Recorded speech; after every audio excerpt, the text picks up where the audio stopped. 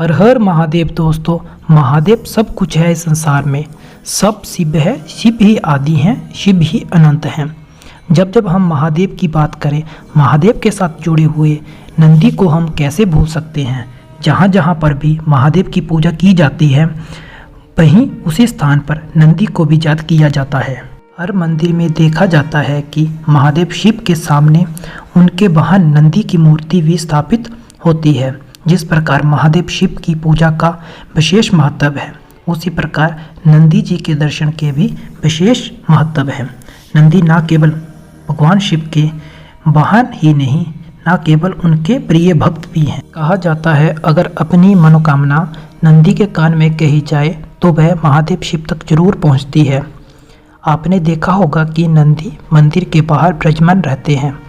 कहा जाता है, नंदी बाहर विराजमान इसलिए रहते हैं ताकि भक्त आसानी से अपनी बात महादेव शिव तक पहुंचा सकें।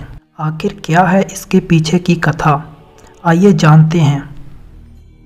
मगर वीडियो शुरू करने से पहले कमेंट बॉक्स में हर हर महादेव लिखना ना भूलें, क्योंकि महादेव का नाम लेने से मन शांत और घर में सुख समृद्धि आती है। चलो अब आगे बढ़ते हैं।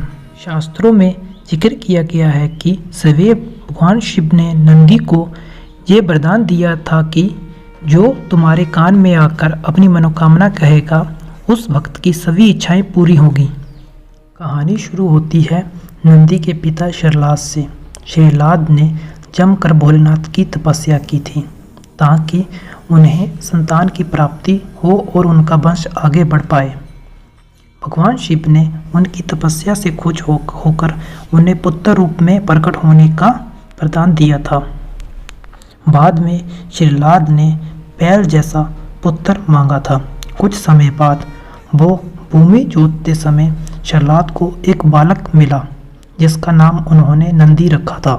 जब नंदी को उनके अल्प आयु के बारे में पता चला तो महादेव की आराधना से मृत्यु को जीतने के लिए जंगल में चला गया और बाहर जाकर महादेव का ध्यान करना शुरू कर दिया। और भगवान शंकर नंदी की आराधना से प्रसन्न हुए और वरदान दिया कि तुम नंदी मृत्यु और भय से हमेशा हमेशा के लिए मुक्त हो। मैं तुम्हें अजर और अमर होने का वरदान देता हूँ। नंदी कैलाश पर भी भगवान शिव की निरंतर सेवा और आराधना करते थे।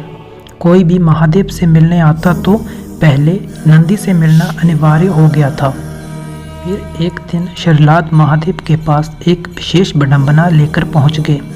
दरअसल शरलाद ने संतान का वरदान इसलिए मांगा था क्योंकि उनकी कोई भी संतान नहीं बची थी और बस एक नंदी ही थे।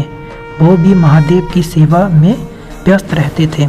इसलिए शरलाद को लगा उसका वरदान पूरा नहीं हुआ है, क्योंकि उसे पिता का सुख ही प्राप्त नहीं हुआ था। ये सुनकर महादेव ने नंदी को बुलाया। महादेव वे नंदी से प्रेम करते थे, पर फिर भी उन्होंने नंदी से कहा, तुम्हें पुत्र होने का दायित्व भी निभाना होगा। इसके बाद महादेव ने नंदी को शरलाद के साथ जाने के लिए कहा। महादेव से दूर होने की पीड़ा नंदी को परेशान करती रही और उन्होंने खाना पीना छोड़ दिया और चिंता में अपना जीवन व्यतीत करने लगे। अपने पुत्र की ये दशा देख शरलाद एक बार फिर महादेव के पास गए और उनसे प्रार्थना की कि वो नंदी को अपने पास बुला लें, क्योंकि वह अपने पुत्र की ये दशा नहीं देख सकते हैं और उनका वंश इस बात का प्रतीक होगा कि भगवान शिव से उनके पुत्र से प्रेम करते हैं। क्योंकि नंदी के जाने के बाद महादेव को सुबह नंदी की याद बहुत आ रही थी। वो भी नंदी से प्रेम करते थे। नंदी के इस अतुल्य प्रेम को देखकर महादेव ने नंदी को वरदान दिया कि कोई भी प्रार्थना अगर महादेव तक पहुंचानी हो, उसे नंदी के कान में बोल दिया जाए। ये प्रार्थना सीधा महादेव तक पहुंच जाएगी। जहां तक कि माता पार्वती ने भी महादेव तक संदेश पहुंचाने के लिए नंदी का सहारा लिया था। नंदी हमेशा महादेव के साथ रहते हैं। इसके बाद देवों के देव महादेव ने माता पार्वती की सहमति से और सभी गणों और गणेश और वेदों के समक्ष गणों की अधिपति के रूप में नंदी का अभिषेक करवाया और वहीं से नंदी बने नंदेश्वर। कथा से हमें ये पता चलता है महादेव अपने सच्चे भक्तों को कभी अकेला नहीं छोड़ते हैं। पौराणिक कथा के अनुसार मनोहर की पुत्री श्रीषा के साथ उनका विवाह हो गया। कहा जाता है महादेव ने ही नंदी को वरदान दिया था, जहाँ भी उनका निवास होगा वहाँ नंदी हमेशा विराजमान रहेंगे।